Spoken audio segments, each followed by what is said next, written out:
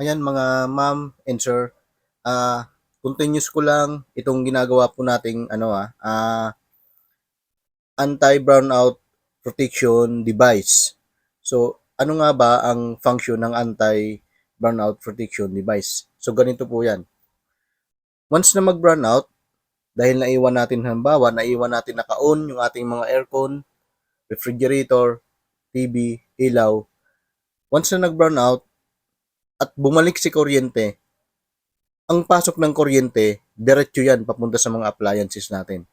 So anong mangyayari pagka wala tayong protection? May mga tendencies na masisira talaga yung ating mga appliances dahil biglang pumasok si kuryente. So ngayon, ano naman ang gamit nitong anti-burnout protection device natin? So isa-isahin ko lang po muna yung mga parts niya. So ito common naman, ilaw, breaker, switch, magnetic conductor, meron tayong timer, relay, auto and manual switch, start, push button, stop, push button, meron tayong outlet, meron tayong breaker para sa ating mga appliances or secondary breaker, and then meron tayong appliances, nandyan yung aircon. So ngayon, ang function nito, itong timer natin, meron niyang counts yan. So may depende yan sa settings mo. Nagsisimula yan sa 0 papuntang 60 seconds. Halimbawa, isiset mo lang siya ng 10 seconds, 20, 30, depende sa set point na gusto mo, na gusto nyo po.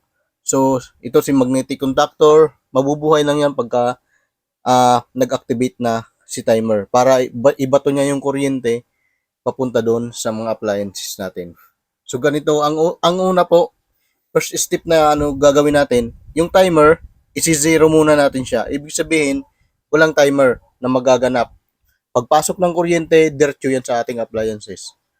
Ngayon, mayroon tayong light, LED lamp.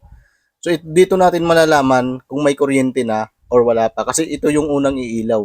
Pag may kuryente na, so testing natin, naka-zero yung timer natin, wala munang timer, walang counts na mangyayari. Pagpasok ng kuryente, diretso yan sa ating appliances. So naka-on yung ating switch, naka-on yung breaker, then i-on na rin natin to. So ilagay lang natin sa fan para hindi masira yung ating compressor. So naka-fan lang muna siya. Fan lang ang gagana diyan. Then halimbawa pumasok na si kuryente, so walang timer na nangyari. Diretso yung niya. Itapat ko lang yung mic. So fan lang.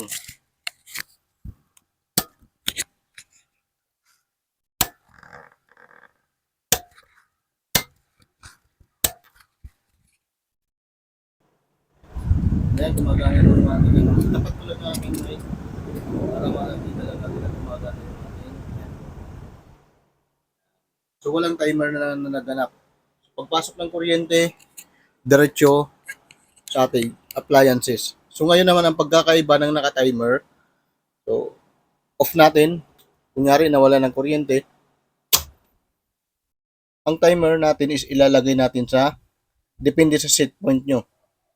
Para lang mabilis yung video natin, lagay ko lang sa 10 seconds. So magka-count lang tayo ng 10 seconds bago umandar yung ating appliances. So bumalik na si kuryente, umilaw yung ating indicating lamp, umilaw na si timer, nagka-count na yan ng 10 seconds. Yun. Umandar na yung ating aircon. Kasi nag-count na siya. So 10 seconds yung settings natin. Yun ang pagkakaiba ng may timer sa walang timer. Ngayon, ititesting na naman natin si manual. Kasi mayroon tayong start, then stop. Ngayon, anong gamit ni manual? Nasa sa atin yan kung gusto natin naka-auto or naka-manual. Kasi pag manual, medyo hassle kasi pipindutin mo pa siya, aakit ka pa kung saan siya nakalocate, pipindut-pindutin mo pa. Unlike sa naka-timer siya, ang purpose lang naman nito kung sakaling aalis kayo ng bahay or walang tao sa bahay nyo, at least hindi agad tatakbo yung mga appliances natin kasi naka-manual tayo. So, igagawin natin, titesting naman natin siya sa manual. Ngayon, off lang natin sa breaker, and then ilagay natin to sa manual. Lagay lang natin sa manual. Yan. Naka-manual siya. Ito naka-auto sa baba, automatic. Din ito manual. So kahit naka-timer yan, kahit naka-zero yan, walang papasok na kuryente kasi kailangan mong i-push si start. So testing natin. May kuryente na. So naka-zero, kahit galawin natin, ilagay natin sa zero, walang pumapasok na kuryente kasi naka-manual tayo. So pag in-start natin yan, dahil naka-zero tayo, pumasok si kuryente. Ngayon, ilagay lang natin to sa timer. Ang gagawin natin, pag nilagay natin ito sa timer, ilagay lang natin yan, i-off lang natin to. Yan, din ilagay natin sa timer. Yan, kahit wala nang galawan yan, kahit naka-automatic o naka-manual, wag nyo nang gagalawin to kung saan man ang gusto nyo set point yan. Kung 10, or depende sa inyo, hanggang 60 yan. Ngayon, ilagay natin sa 10 seconds. Tapos naka-manual, start natin. Nag-count na siya, magka-count na yan ng 10 seconds.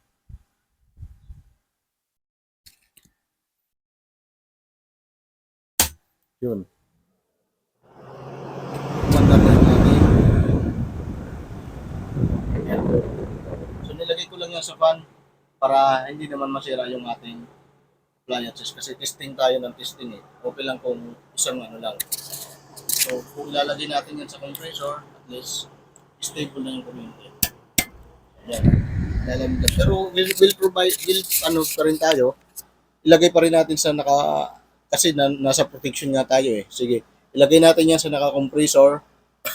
Ilalagay din natin to sa automatic. So naka-compressor yon, yung ating aircon, umaandar ang compressor, malamig yan. Kasi inaano nga natin yung kung paano maprotektahan yung ating appliances. So ganito yan. Ibalik natin yan sa automatic. Yan. Din nakaset tayo ng ibalik natin sa auto. Ibalik natin ng naka 10 seconds yan. I-off muna natin to.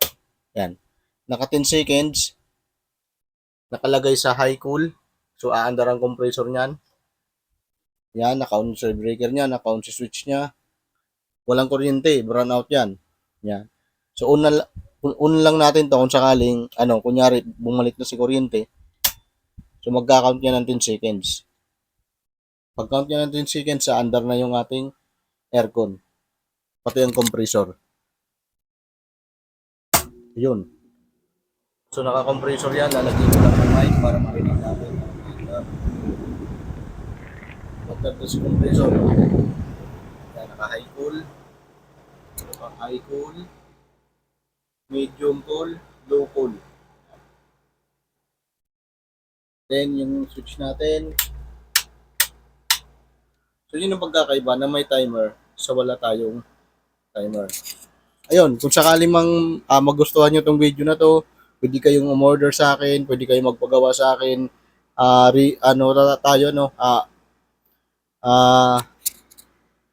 Tawag lang kayo, i-flash ko yung number ko, din gagawa natin yan. Kahit saan kahit saan lugar tayo, di-deliver natin yan. Yung box niya pala, hindi ito yung pinaka-box niya, ginawa lang natin nung sample. Meron talagang box yan para sa natin, sa controls.